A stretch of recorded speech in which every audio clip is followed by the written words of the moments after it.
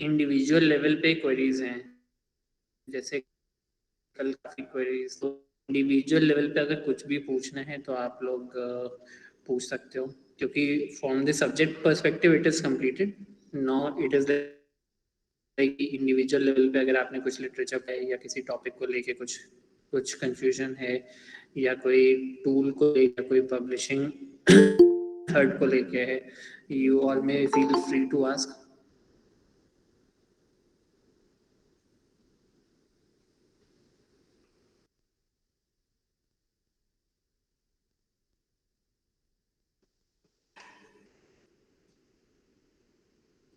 Okay, कोई query है? विभा, ईशा,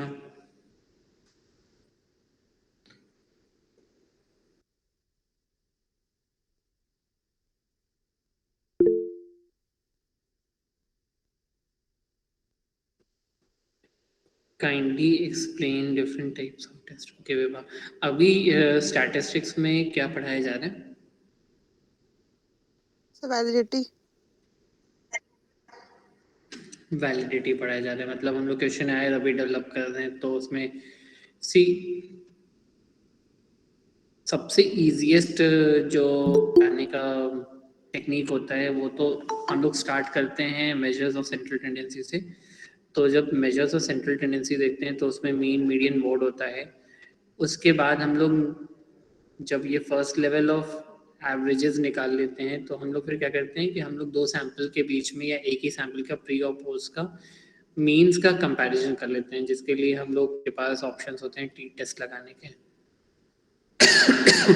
तो टी टेस्ट लगाने का भी ऑप्शन है। उसके बाद अगर दो वेरिएबल्स के बीच का फर्दर रिलेशनशिप चेक करना हो तो हम कोरिलेशन लगा सकते हैं। जब भी बात आएगी इम्पैक्ट लगाने की, तो इम्पैक्ट लगाने के लिए तो ये ऑप्शन है कि हम क्या कर सकते हैं, हम इम्पैक्ट लगाने के लिए at the end of the day वो क्या करना चाहिए, इम्पैक्ट के लिए यूज करना चाहिए। सो टूल्स और टेक्निक्स तो बहुत सारे हैं। You should always begin from the most basic options, and जो बेसिक ऑप्शन है वो यही है कि आप at the end of the day क्या करें, आप सबसे सिंपलेस्ट वे से सारा काम करें। तो मीन मीडियन मोड से स्टार्ट करें। क्रॉस टैब एक फंक्शनैलिटी होती है जो कि एसपीएसएस में बहुत लोग यूज करते हैं। क्रॉस टैब क्या होता है? क्रॉस टैब होता है कि दो वेरिएबल्स के बीच का परसेंटेज या फ्रीक्वेंसी डिस्ट्रीब्यूशन का रिलेशनशिप बताता है। तो ये भी एक ऑप्शन है। इसके अलावा सो बेसिकली अगर हमें टूल टेक्निक लगानी है तो टूल टेक्निक लगाने से पहले हम क्या करना चाहिए, मीन मीडियन मोड निकालने की कोशिश करना चाहिए। अब सेकंड सवाल यहीं से आता है कि क्या हमें हर टेक्निक या हर डेटा सेट पे मीन मीडियन मोड लगाना पॉसिबल है। So we should also understand कि हर टेक्निक पे या हर डेटा पे मीन मीडियन मोड नहीं लग सकता है। मीन मीडियन मोड उसी समय लगेगा जब हमारे पास वैसी फ्रीक्वेंसी दी हुई होगी। मीडियन, अगर हम सिर्फ एक सवाल ये पूछें कि मीन का क्या लिमिटेशन होता है, अगर हम डेटा का एनालिसिस करना चाह रहे हो तो what is the limitation when you are thinking of applying mean? Mean as a measure of central tendency, what is its limitation? Anyone?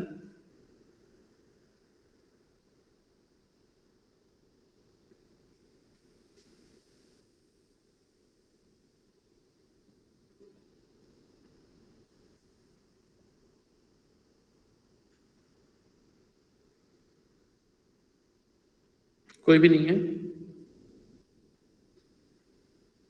So we can't measure categorical data.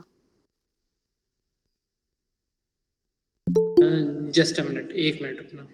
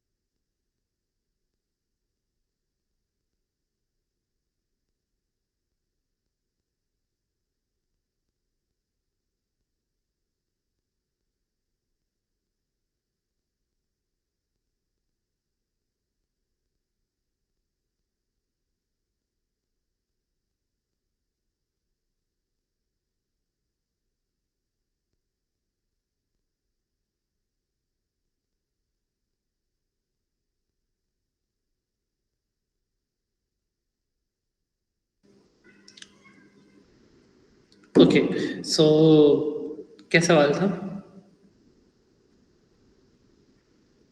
Yes. Limitation of mean. हाँ, तो mean of limitation कौन बता रहे? Sir I think वो extreme values मतलब बहुत ही कम values और बहुत ही बड़ी डिजिट की वैल्यूज में जो है वो ऑन एन एवरेज लेता है, वो स्क्यूड कर देता है ओवरऑल जो रिजल्ट होता है। इसका हम लोग को बोला जाता है कि मीन को आप उसी समय यूज करें जब आपके डेटा में आउट नहीं हो, आउटलायर्स मतलब एक्सेप्शंस नहीं हो। अगर एक्सेप्शंस हैं तो आपको मीन ना यूज करके you should start thinking of using some other method of finding out what is the average. In that case median आपके लिए ज़्यादा अप्रोप्रिएट हो जाता है। एंड देन मोड होता है तो वो फ्रीक्वेंसी बताता है। अगर हमें सिर्फ डिस्ट्रीब्यूशन के पर्सपेक्टिव से, जैसे नॉर्मल डिस्ट्रीब्यूशन हो गया, काई स्क्वायर डिस्ट्रीब्यूशन हो गया, तो अगर हम सिर्फ डिस्ट्रीब्यूशन देख रहे हैं तो हमारे लिए नॉर्मल डिस्ट्रीब्यूशन बहुत इंपॉर्टेंट हो जाता है, क्योंकि मैक्सिमम जो टेस्ट्स होते हैं वो उस समय डेटा पे लगते हैं अगर डेटा आपका नॉर्मल डिस्ट्रीब्यूशन फॉलो कर रहा होगा, राइट? अब नॉर्मल डिस्ट्रीब्यूशन फॉलो करने के लिए एक स्कूल ऑफ थॉट ये भी है कि अगर आपका सैम्पल साइज बहुत बड़ा है तो ऑटोमेटिकली वो क्या करता है, वो नॉर्मल डिस्ट्रीब्यूशन ही फॉलो करता है। In case you all are thinking of doing the analytical point और एनालिटिकल पर्सपेक्टिव, तो आप सिर्फ इतना समझ लो कि डेटा का मीन मोड निकाला तो जा सकता है, लेकिन जरूरी नहीं कि सारी चीजें की यूटिलिटी हो। सेकेंडली, आपको क्रॉस टैब निकालना आ जाना चाहिए। Cross tab is one such function जिससे काफी काम आसान हो सकता है। Just a minute.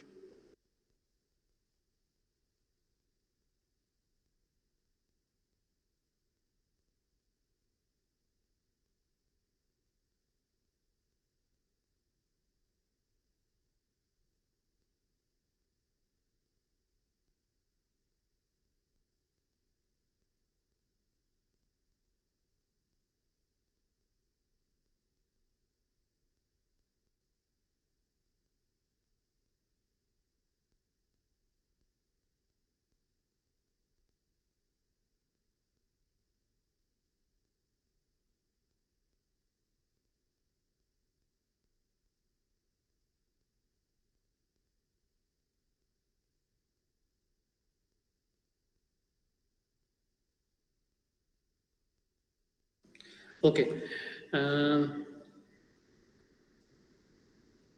अब हम लोग क्या डिस्कस कर रहे थे?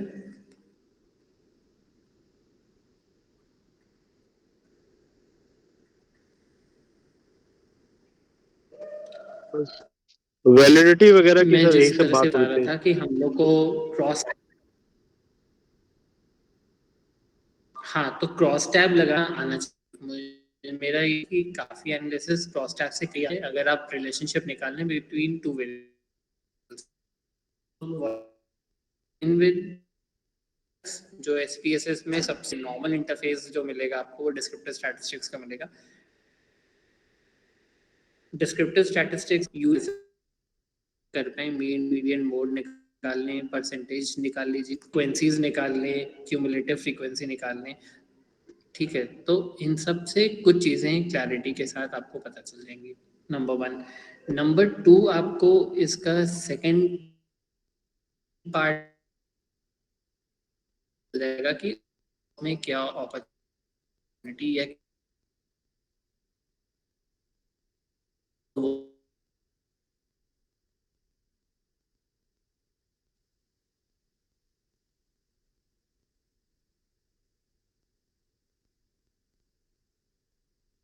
क्लियर हो जाएगा। ये हो जाए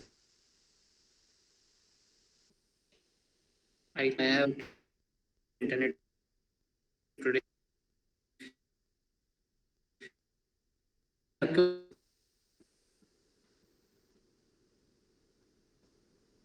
आवाज आ रही है मेरी? सब ब्रेक हो रही है।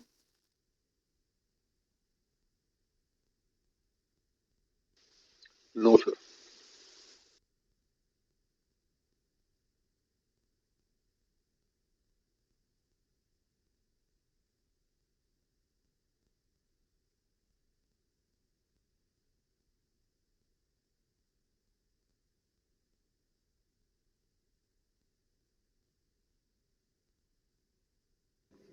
Sorry, I have certain connectivity issues today. बार बार लॉग आउट हो रहा हूँ. Hopefully I'm audible this time. Yes. आवाज आ रही है मेरी? हाँ, ठीक है. तो हम लोग जल्दी जल्दी से सारे क्वेश्चन डिस्कस कर लेते हैं. जैसे मैंने पहले बताया कि मीन मीडियन मोड आ जाना चाहिए, यूनिवेरिएट आ जाना चाहिए, डिस्क्रिप्टिव स्टैटिस्टिक्स आ जाना चाहिए. तो ये इंपॉर्टेंट पर्सपेक्टिव्स हैं. उसके अलावा और क्या आ जाना चाहिए? उसके अलावा मुझे आ जाना चाहिए कि मैं क्या कंपैरिजन ऑफ मीन्स कर रहा हूँ या कंपैरिजन ऑफ मीडियन कर रहा हूँ, क्या मैं टी टेस्ट लगाने की कोशिश कर रहा हूँ, क्या मैं पैरामेट्रिक लगा रहा हूँ या मैं नॉन पैरामेट्रिक लगा रहा हूँ. जो मैंने डेटा कलेक्ट किया है उस डेटा का डिस्ट्रीब्यूशन कैसा है? Is it following a normal distribution curve और is it following any other distribution? क्योंकि अगर आपका डिस्ट्रीब्यूशन नॉर्मल है तब तो आपके बहुत सारे टेस्ट लगेंगे, लेकिन अगर नॉर्मल नहीं है तो आपको फिर अकॉर्डिंगली वैसे टेस्ट करने होंगे. Then what is your research objective? Are you trying to find out certain impact की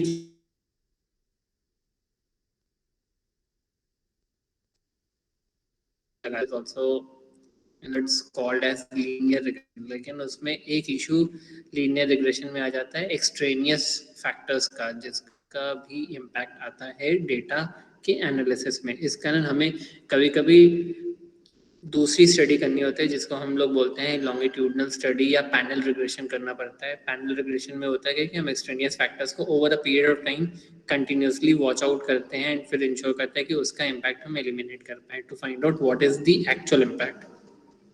बहरहाल ये सारी चीजें तो उस समय आएंगी जब सर हमें ये एक वाला पॉइंट थोड़ा रिपीट कर दीजिए. नॉर्मल रिग्रेशन क्या होता है? नॉर्मल फैक्टर्स हैं और इंडिपेंडेंट फैक्टर्स हैं.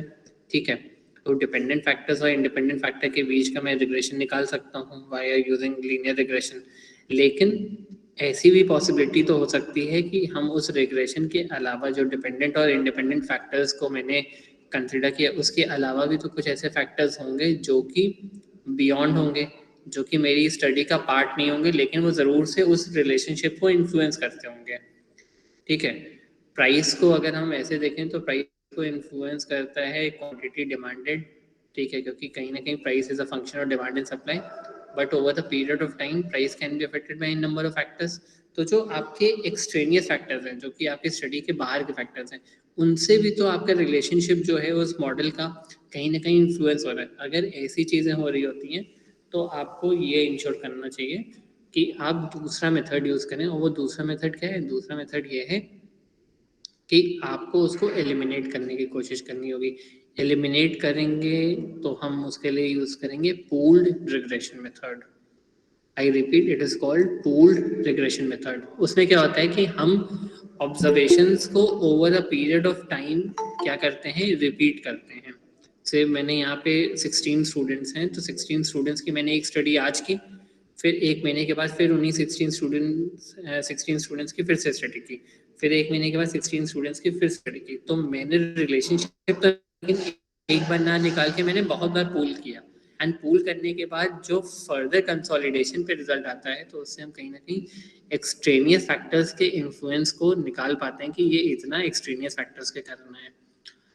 ज़्यादातर लोग पूल रिग्रेशन करते नहीं, क्योंकि pool regression is a bit complicated, और पूल रिग्रेशन के भी अपने मेथड्स होते हैं, जैसे OLS हो गया, फिक्स्ड इफेक्ट्स हो गया, रैंडम इफेक्ट्स हो गया. What we try to do is we try to find out कि रिलेशनशिप कैसा, और रिलेशनशिप निकालने के लिए नॉर्मली रिग्रेशन लोग लगा लेते हैं. बेसिक लेवल ऑफ पब्लिकेशन के पॉइंट ऑफ व्यू से देखें, अगर हम सिर्फ इनिशियल बेसिक जर्नल्स को टारगेट कर रहे हैं, तो टारगेट करने के लिए हमें बहुत ज़्यादा क्वांटिटेटिव मेथड्स यूज़ करने की ज़रूरत नहीं है. अगर हम सिर्फ क्रॉस टैब भी यूज़ कर लें और एक नॉर्मल पेयर टी टेस्ट या टी टेस्ट भी लगाना जान जाएँ, तो उससे हमारा काफ़ी काम हो सकता है. और टी टेस्ट लगाने के लिए आपको SPSS की भी ज़रूरत नहीं है, आप उसको MS Excel पे भी कर सकते हैं. MS Excel in itself gives you the functionality of doing everything which is possible via SPSS also. SPSS is only menu driven. ठीक है, और अगर आपको वो मेनू यूज़ करना है एक्सेल में, तो आपको एक्सेल में सिर्फ ये करना होगा कि आप जो भी फंक्शन इनकॉर्पोरेट करें वो फंक्शन को आप डायलॉग बॉक्सेस से करें, क्योंकि डायलॉग बॉक्सेस में सिंटैक्स ऑलरेडी मेंशन्ड होता है, वो बता दिया जाता है कि ये इसका मतलब यही है. बट उसके लिए चाहिए होता है डेटा, और डेटा आपका रिलायबल है कि नहीं है वो आपको फिर उसके लिए क्वेश्चनर की फीडिंग सही से करानी है, आपको उसकी कोडिंग भी सही से करनी होगी, और आपको कोडिंग इस ढंग से करनी होगी कि आप उस डेटा को कहीं ना कहीं मोबाइल कर सकते। This is also can be used for any software which can be used later on for doing the data analytical part.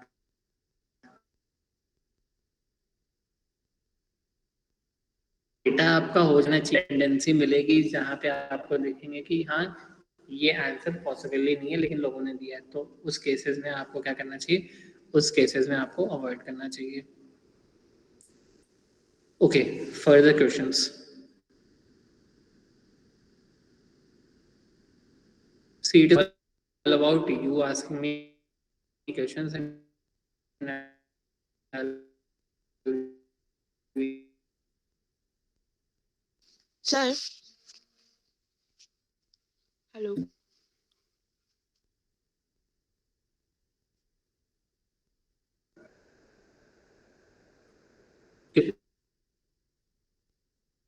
मैंने दिया है।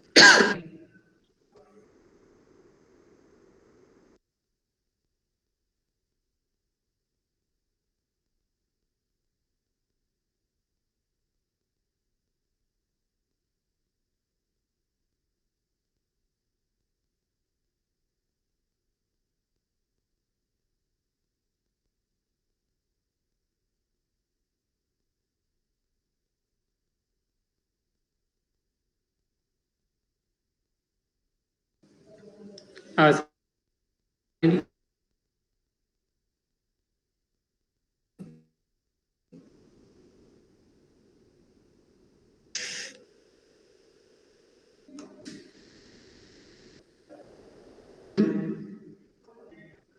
सोमनाथ, मुक्ता, धीरेन्द्र, आवाज आ रही है मेरी?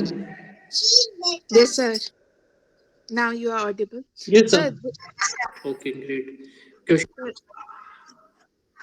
एक एक करके आप लोग अपने सवाल पूछ सकते हो। आई अंडरस्टैंड कुछ नेट का डेफिनेट इशू है आज मेरे एंड पे। Sir there is a confusion.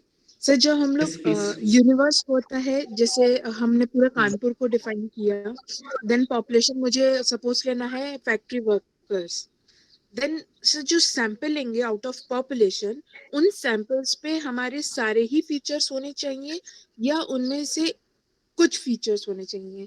मतलब हम लोग जैसे कुठारी जो हम लोगों की बुक है, I was reading that something, तो वहां पे लिखा था एनी वन फीचर और मोर। तो सर अगर हमारा जो पॉपुलेशन है उससे जो हम सैंपल ले रहे हैं उसमें से वन या मोर देन वन फीचर होने चाहिए या ऑल द फीचर्स होने चाहिए यहाँ पे to consider it as a suitable sample? See sample जो होगा रिप्रेजेंटेटिव है, अगर हम जनरेशन वाई की ही सैम्पलिंग कर रहे हैं तो सब जनरेशन वाई हो जाने चाहिए, ठीक है। अगर हम सैम्पलिंग कर रहे हैं बिलो पॉवर्टी लाइन के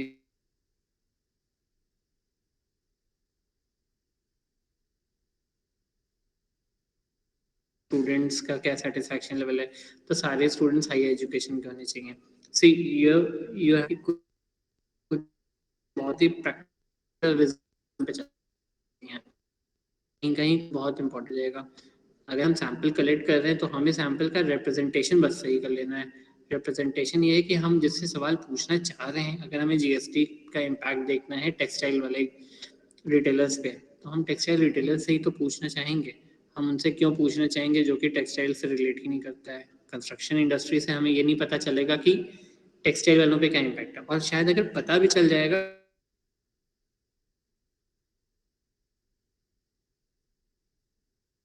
मुझे पूछना पड़ेगा ना, क्योंकि रिसीविंग एंड पे तो वही है। हम रिसर्च एट द एंड, तो आपका टेक्स्ट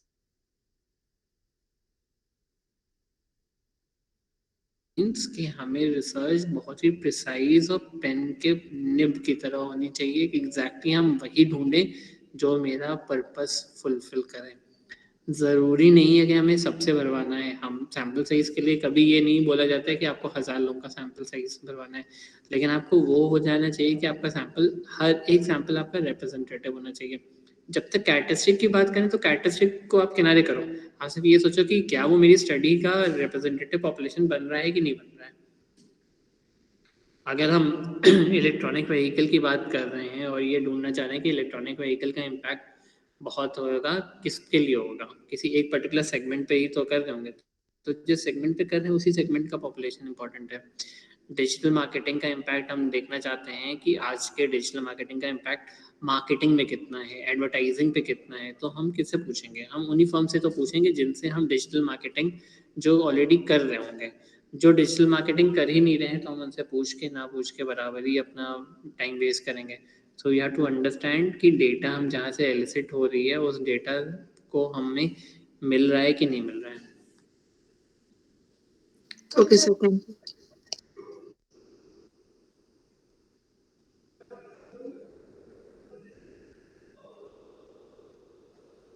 नेक्स्ट क्वेश्चन।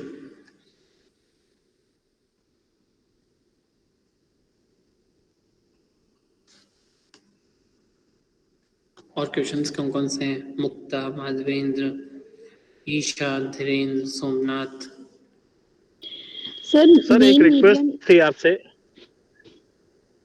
हाँ मैम आप सर पूछ लीजिए। हाँ सर, जैसे मेन मीडियम मोड है तो लाइक हमारे लिए क्या बेस्ट है, हम ये कैसे डिसाइड करेंगे कि हमें मेन मीडियम मोड में से क्या यूज करना चाहिए? सी अगर आपने वैन हॉर्न की किताब पढ़ी होगी, Van Horn is an excellent book in statistics. तो उसमें बहुत क्लियरली उन्होंने काफ़ी एग्जांपल्स दे रखे हैं कि कौन सी कंडीशन में मेरे लिए मीन अच्छा है, कौन सी कंडीशन के लिए मेरा मीडियन अच्छा है और कौन सी कंडीशन के लिए मेरा मोड सही है। ठीक है, नॉर्मली आपको डेटा सेट देखते ही आउटलायर्स पता चल जाएंगे, और अगर आपको आउटलायर्स पता चल जाएंगे तो आप ऑटोमेटिकली मीन क्या करोगे? आप मीन एलिमिनेट करोगे। And in most cases median is the sought after average of tendency। तो आपको मीडियन को ही प्रायोरिटी देनी चाहिए, मीन इसका नहीं, क्योंकि वो स्क्यूड होते हैं, स्क्यूड फिगर से काफी कुछ डेटा बदल जाता है। तो median should be your first approach. Sir please वो बुक सजेस्ट कर दीजिए एक बार। This is a statistics book in Van by Van Horn. मैं टाइप कर देता हूँ। Yes sir. वैन हॉर्न की भी नहीं है, सॉरी वैन हॉर्न की नहीं है।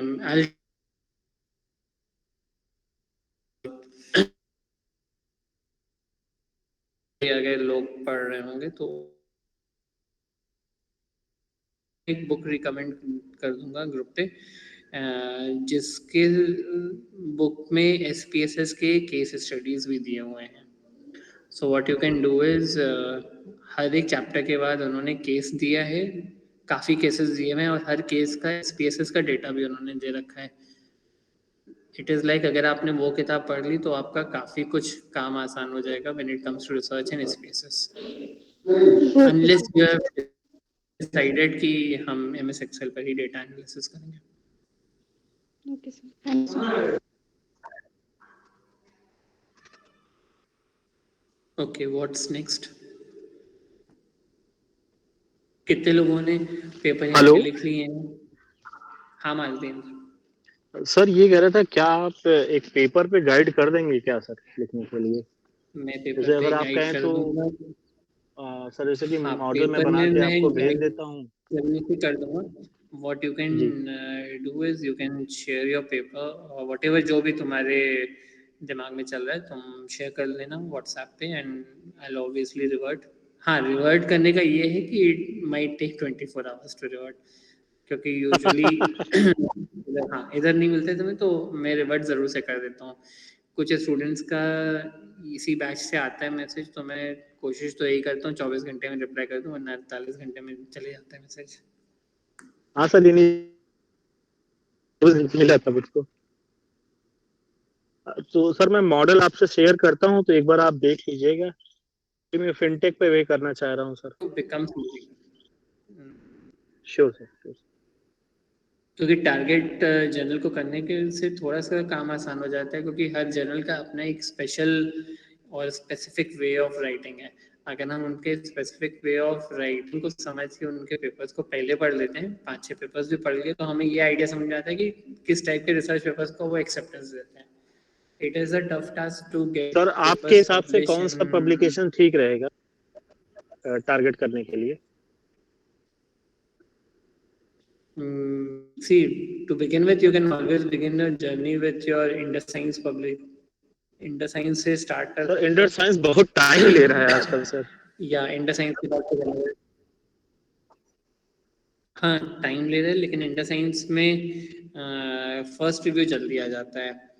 और अगर फर्स्ट रिव्यू आ जाता है और फिर 2 या 3 रिव्यू आएंगे, लेकिन एटलीस्ट ये है कि they are very clear when it comes to giving their review, first review. तो फर्स्ट रिव्यू आपको ये तो पता चल जाता है कि आप विद इन लाइन हो कि नहीं हो. काफ़ी ऐसे जर्नल्स भी मिलते हैं जो कि 2 महीने तक कोई रिस्पॉन्स नहीं करते हैं, और अगर आपको 2 महीने 2.5 महीने रिस्पॉन्स नहीं मिला तो समझ लीजिए आपने कहीं जर्नल पे भेजा भी नहीं और 2-2.5 महीने आपने वेस्ट भी कर दिया. तो आई बिलीव ऐसे जर्नल्स में भेजें जहाँ पे हम फर्स्ट रिस्पॉन्स मिल जाए. उसके अलावा एक वे तो ये भी है कि हम जर्नल फाइंडर यूज़ कर सकते हैं. एल्सेवियर पे वो टूल है, टेलर फ्रांसिस का अपना टूल है. जर्नल फाइंडर से हमें ये पता चल जाएगा कि अगर हम उसमें एब्स्ट्रैक्ट पेस्ट करते हैं तो वो ऑटोमेटिकली क्या करता है, वो फिल्टर आउट करके बता देता है कि कौन से जर्नल में आपको भेजना चाहिए. सर अभी इनिशियली जैसे स्कोपस पे ही फोकस करना चाह रहा था सर, बहुत ज़्यादा हाई तो नहीं जाना चाह रहा हूँ.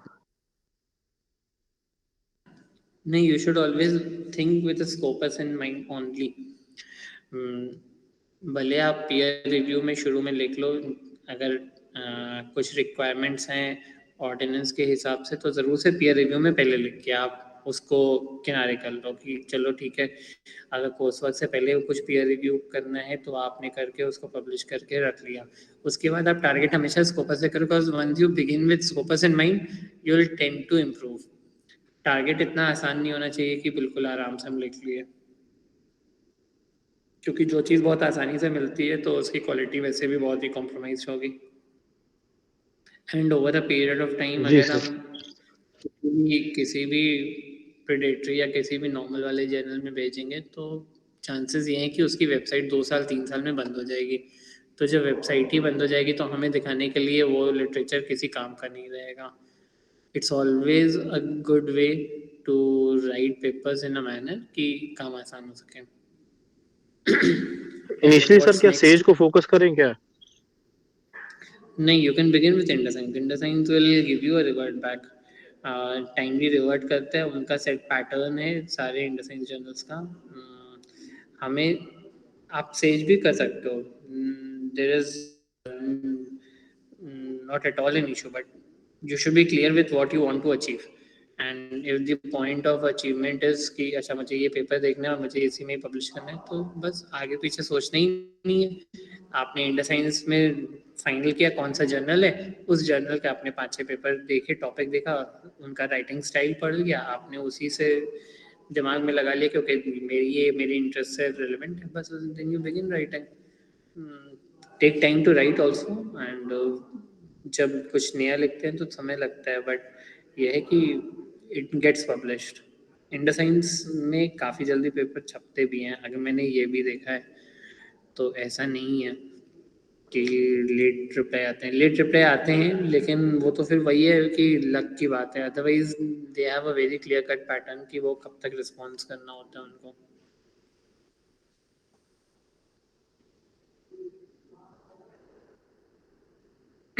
What else? और सवाल पूछो.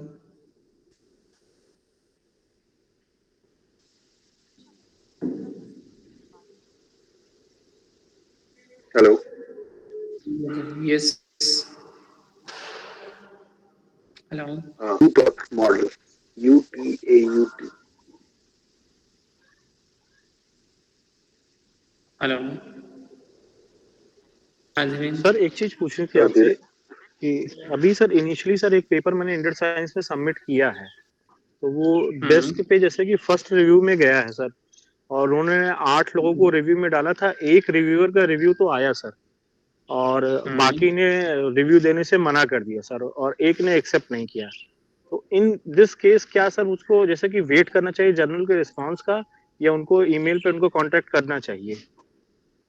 नहीं, मेरे ख्याल से रिस्पॉन्ड करने से अच्छा ये है कि यू शुड वेट। क्योंकि होता क्या है कि रिव्यूअर को एक टाइमलाइन आ जाती है कि इतने तक में आपको रिवर्ट बैक करना है, तो वो वेट करते हैं। एडिटर, जो चीफ एडिटर होते हैं, वो हमेशा वेट करते हैं जब तक सब जगह से ना नहीं आ जाता है, तब तक वो आगे नहीं फॉरवर्ड करते हैं। तो उनकी पॉलिसी बहुत क्लियर है, तो यू शुड वेट। एंड जब एक बार क्लियर हो जाएगा कि ओके उनके एंड से कोई रिस्पॉन्स नहीं आ रहा, तभी आप और कहीं पे भेजो। सर मैं दूसरा आपसे जो है एक दो दिन के ऑप्शन अंदर में एक डेटा सजेस्ट शेयर करूंगा करूंगा। ऑप्शन। हाँ, और दूसरा ऑप्शन एक ये आप जरूर से कर सकते हो कि जो उसका जर्नल फाइंडर है एल्सेवियर का, और टेलर फ्रांसिस का भी जो जर्नल फाइंडर है, दोनों के जर्नल फाइंडर एक टूल्स हैं जो आपको जल्दी से बताने में ईजी हो जाएगा कि कौन से जर्नल आपका पेपर ज़्यादा रिलायबल है। एक बहुत इंपॉर्टेंट फैक्टर है कि एक्सेप्टेंस रेट भी देखा जा सकता है कि you should try to find out sir what is the acceptance acceptance rate तो जैसे कि 10 से 11% दिखा रहा है सर, लेकिन पता चलता है जैसे कि पेपर गया सर, जो आप अभी इनिशियली बोल रहे थे कि 2 महीने रखते हैं तो फिर डेस्क रिजेक्शन मार देते हैं। तो एक ये बड़ा इशू है कि सर टाइम बहुत किल होता है उस condition. Rate.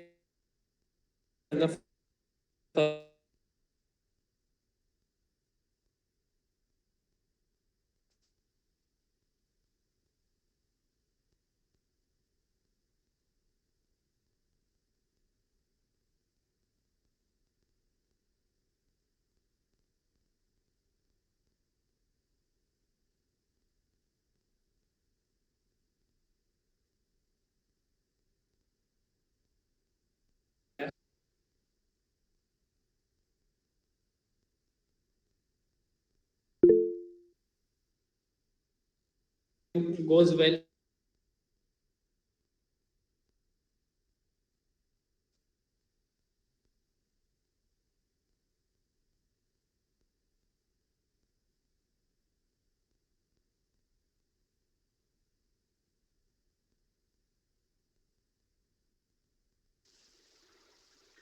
So voice is not clear.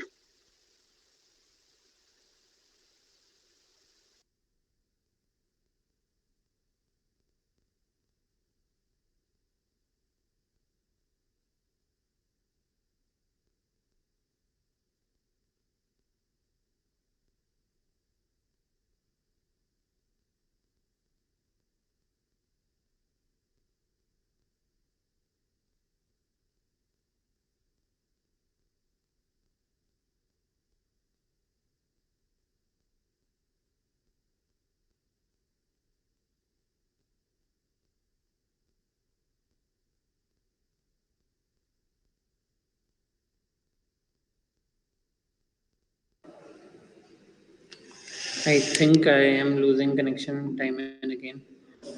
One final time, मैं probable 5 मिनट और लूँगा. Just a minute.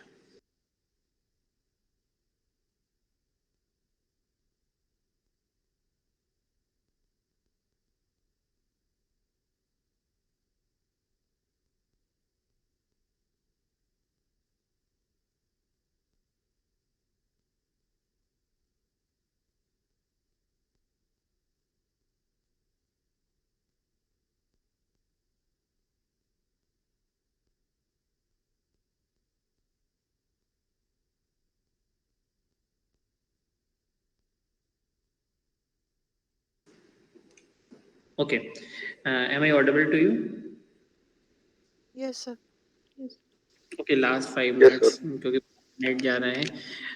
मुझे आप लोग ये कर सकते हो कि in case you all have any queries with reference to any research guidance you need, you may drop in a message, I will be reverting on that. एक काम ये कर सकते हो कि अगर आप कुछ नया पेपर लिख रहे हो, उसका एब्स्ट्रैक्ट लिख रखा है, ठीक है, और अगर एब्स्ट्रैक्ट लिख रखा है, you can do one thing, you can go to Elsevier journal finder. I repeat, Elsevier का जर्नल फाइंडर है. सिमिलरली टेलर एंड फ्रांसिस का भी एक जर्नल फाइंडर है. This is a tool given by Scopus, this is a tool given by Taylor and Francis. उसमें आपको अगर abstract अगर आप कॉपी करके पेस्ट कर देंगे वो ऑटोमेटिकली बता आपके लिए कौन सा रेलेवेंट जर्नल है along with their acceptance rates, ठीक है। वो काफी काम आपका आसान कर देगा in case you are targeting Scopus और differences in the first scope. I think I am making some sense, ठीक है। ये आप लोग एक बार ट्राई करके देखना, it is unique in itself क्योंकि इसमें काफी रिस्पॉन्सेज आ जाते हैं। Then I will proceed to whatever we can discuss tomorrow, ठीक है। हमें सिर्फ इतना करना है कि हमें अपने एब्स्ट्रैक्ट को एक बार सर्च कर लेना है, ठीक है, और उससे ये चेक कर लेंगे कि कैसे करना है।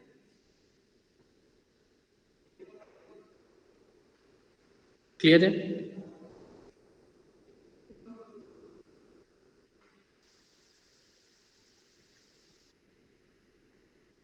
मेरी आवाज आ रही है ना? Yes sir. Yes, sir. ठीक है, you all can drop in the messages in case you need it. और बाकी फिर कल देखते हैं कि कल हम लोग किस चीज़ पे करते हैं। You all come with your homework done, कम से कम अपने एंड से आप लोग क्वेरीज लेके आओ, then it becomes easy to sort it out also here. Okay, sir. Okay sir. ठीक है, okay okay, bye bye bye bye everyone, bye bye. Thank you sir. Thank you sir. Bye.